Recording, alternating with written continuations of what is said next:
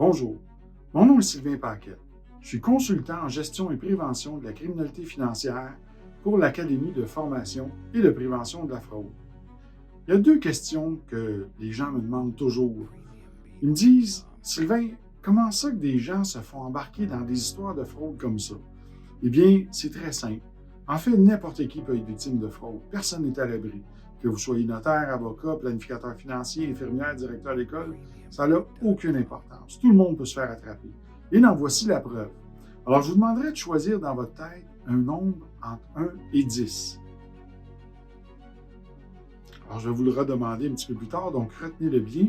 Donc, vous prenez ce nombre et vous allez le multiplier par 2.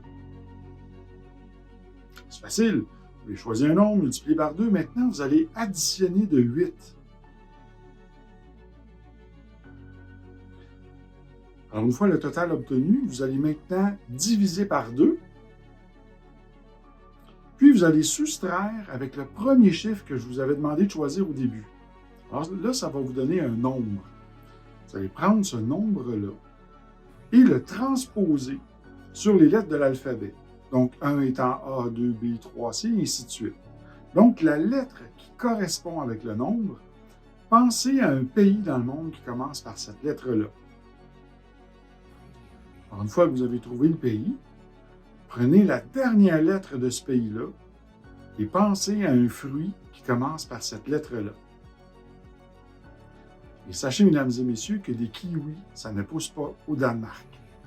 Donc, si vous n'êtes pas arrivé avec ce résultat-là, c'est que vous avez fait une erreur dans vos calculs. Sinon, si vous êtes arrivé avec ce résultat-là, eh bien, cela démontre que vous avez été victime d'un stratagème de fraude. Donc, non, on n'a pas lu dans vos pensées.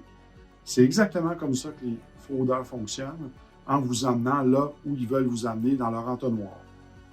La deuxième question que les gens me posent plus souvent, c'est « Sylvain, comment est-ce qu'on fait pour reconnaître un fraudeur? » Eh bien, justement, c'est ce dont on va parler le 10 novembre prochain. Alors, je vous attends.